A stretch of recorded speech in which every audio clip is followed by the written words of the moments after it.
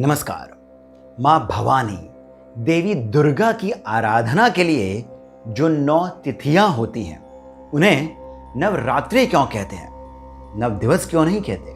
शक्ति स्वरूप की जितनी भी आराधना होती है वो रात्रि में ही क्यों होती है और रात्रि से हमारे विज्ञान में क्या समझा गया है?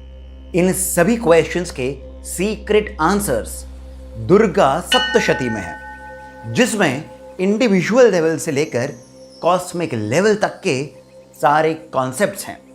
और आज हम आपको वही सारे कॉन्सेप्ट्स साइंटिफिकली एक्सप्लेन करने वाले हैं। तो आइए सुनते हैं इसी से जुड़ी हुई दुर्गा सप्तशती की कथा का पार्ट 1, जो हमें रिवील करेगी कुछ mind blowing scientific concepts. DC where stories begin. Durga Saptashati में 700 श्लोक 700 श्लोक 13 अध्यायों में यानी 13 चैप्टर्स में बटे हैं। It is a story with in a story with in a story. ये लेयरिंग इंपॉर्टेंट है, इसे आगे के वीडियो के लिए ध्यान रखिएगा। कथा आरंभ होती है मार्कंडेय मुनि से, जो सूर्यदेव के पुत्र सावर्णी के जन्म की कथा सुना रहे हैं। सावर्णी अभी हुए नहीं हैं। He will be born as the 8th Manu, Vaivasvata Manu, 7th Manu, the current one, इनके समय के बाद। This is the first layer.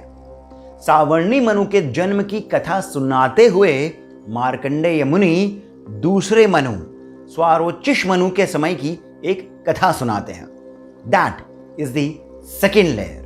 दूसरे मनु के समय एक राजा हुए, सुरथ, जो एक युद्ध में अपने राज्य का एक बड़ा भाग हार गए। समय के साथ इनके ही लॉयल मंत्रियों ने इनके साथ विश्वासघात किया और इनकी सेना और धन हत्या लिए। राजा सुरथ दुखी तो थे ही, इसीलिए एक दिन इन्होंने शिकार खेलने का बहाना बनाया और जंगल में चले गए।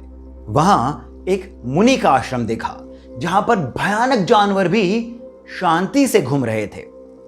ये भी वहां जाकर के रहने लगे, पर राज्य की चिंता करते रहते थे। एक दिन उस आश्रम में एक बिजनेसमैन, जिसका नाम समाधि था, वो आया। वो राजा से मिले और बातों ही बातों में उसने ये बताया कि उसकी अपनी पत्नी और बच्चों ने धन के लालच में उसे ही घर से निकाल दिया। अब दोनों ने एक बात सोची कि एक का तो राज्य उस ही के लोगों ने छीन लिया और दूसरे को उस ही के घर वालों ने धन के लालच में घर से ही निकाल दिया। फिर भी ये दोनों उन ही लोगों के बारे में क्यों सोचते रहते हैं? दोनों उस आश्रम के मुनि से मिले, जिनका नाम था मेधा। इन्हीं मेधा मुनि ने राजा सुरथ और वैश्य यानी बिजनेसमैन समाधि को योग माया, महामाया, योग निद्रा, देवी कालरात्रि के बारे में बताया कि वही है सबका कारण और समाधान। This is the third layer of Durga Saptashati. अब समय है कुछ डीप और सीक्रेट कॉन्सेप्ट्स को समझने का। पहले हम बात करते हैं इन 3 सेंट्रल कैरेक्टर्स की, सुरथ, मेधा और समाधि की। कहानी में सुरथ को राजा क्यों बनाया है और राजा का नाम सुरथ ही क्यों है? वैसे ही मेधा का क्या अर्थ है और समाधि का? सुरथ का अर्थ है सुंदर रथ और रथ का अर्थ है गति, मोशन, वर्क। समाधि का अर्थ है जहां सब कुछ समाया हुआ है। समाधीयते सर्वस्मिन्।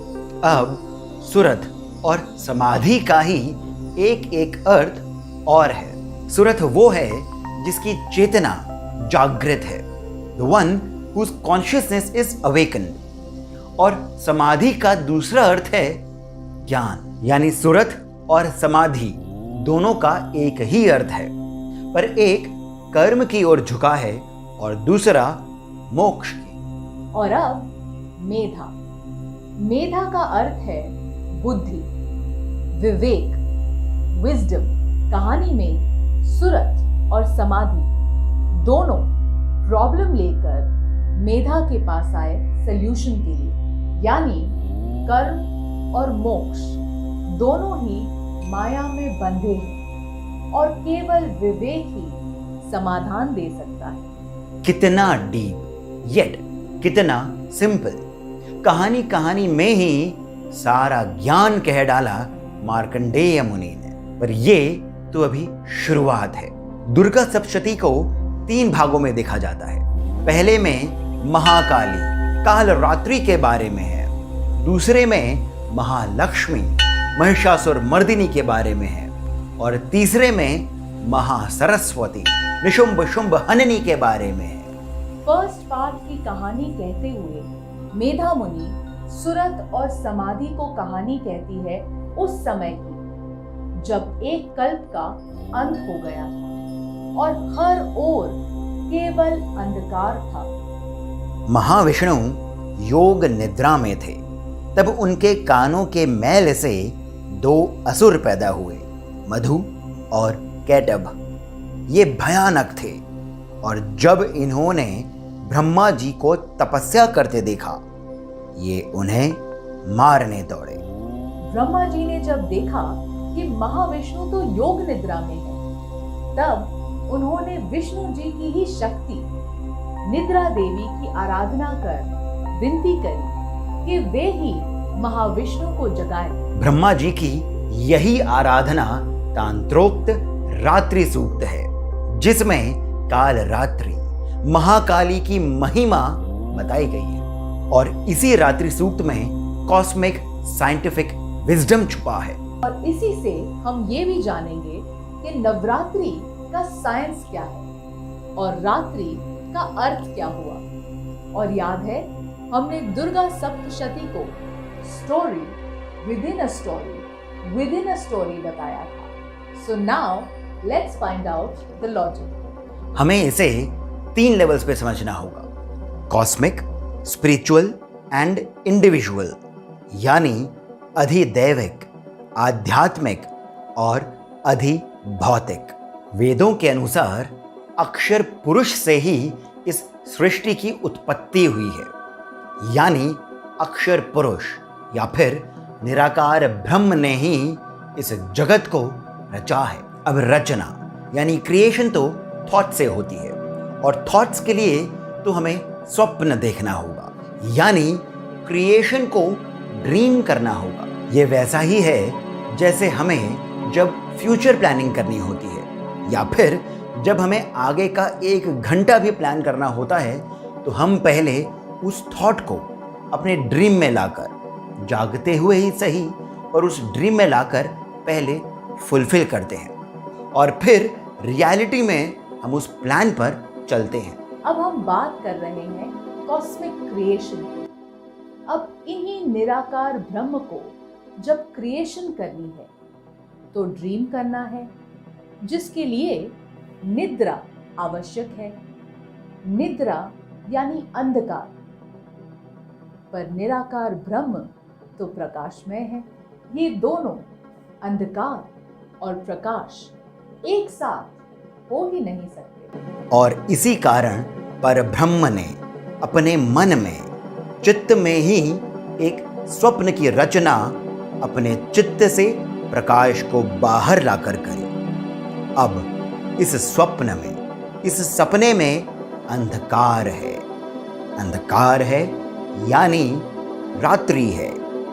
यही रात्रि परब्रह्म की शक्ति बन क्रिएशन करती है। यही काल रात्रि है, और इसी कारण शक्ति की आराधना भी रात्रि को ही होती है, क्योंकि क्रिएशन रात्रि को ही होता है। This was the first layer. अब परब्रह्म के इस स्वप्न से जो ईश्वर हुए, उन्हें काल पुरुष कहा गया है। इनका शरीर है, ये काल के अंतर्गत है, त्रिगुणात्मक है, ये तुर्या कहे जाते हैं। This was the second layer. तुरीय वो स्टेट है जहां ना कोई गुण है ना रूप। ये चेतना की, कॉन्शियसनेस की एक ऊंची स्टेज है।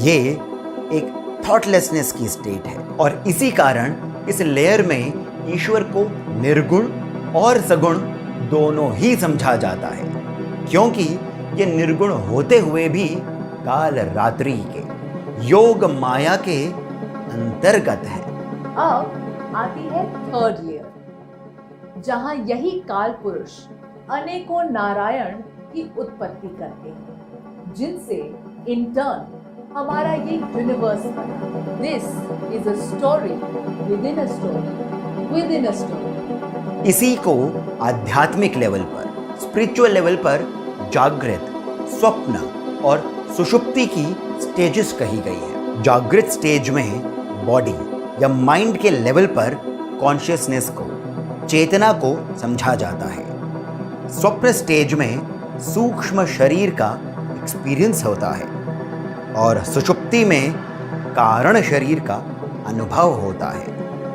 इस ही के बाद आती है तुरीय स्टेज। इंडिविजुअल लेवल पर समझे तो जब हम जाग रहे होते हैं, दैट इज द जागृत स्टेज। जगे रहने और पूरी तरह से सो जाने के बीच, when we are dreaming, that is the स्वप्न स्टेज। गहरी नींद में जब हमारे सारे सेंसरी ऑर्गन्स रेस्ट कर रहे होते हैं, उसे सुषुप्ति कहते हैं। इसी रेस्ट के कारण हमारे शरीर को ऊर्जा मिलती है, नए सेल्स बनते हैं, यानी हमारा भी रिक्रिएशन रात को ही होता है। दुर्गा सप्तशती के पहले पार्ट की कथा तब समाप्त होती है जब ब्रह्मा जी की विनती पर योग निद्रा विष्णु जी से अलग होती है, जिससे वे जाग जाते हैं। उनका मधु कैटभ के साथ युद्ध होता है, पर वे जीत नहीं पाते। तब काल रात्रि अपनी माया से मधु कैटभ को भ्रमित करती है और वे दोनों ही विष्णु जी के परिश्रम से प्रसन्न हो उन्हें वरदान देते हैं, जो उन दोनों की मृत्यु का कारण बनता है। यहाँ समझने वाली बात यह है कि मधु का अर्थ कर्म फल है, यानी लोभ, और कैटभ का अर्थ कपट, इंसिडियस, और ये दोनों ही ज्ञान के अभाव में, निद्रा की स्थिति में, because of the lack of awareness of consciousness पैदा हुए। और काल रात्रि ने ही अपनी माया से, अपने ज्ञान से लोभ और कपट का अंत किया। है ना सुंदर, अद्भुत और डीप। तो अब जब आप दुर्गा सप्तशती पढ़ेंगे तो इन सभी गुप्त बातों को अच्छे से समझ पाएंगे। पार्ट 2 और पार्ट 3 के साइंटिफिक नॉलेज, डीप विजडम और कई सारे सीक्रेट्स के साथ हम शीघ्र ही आपसे मिलेंगे। नमस्ते।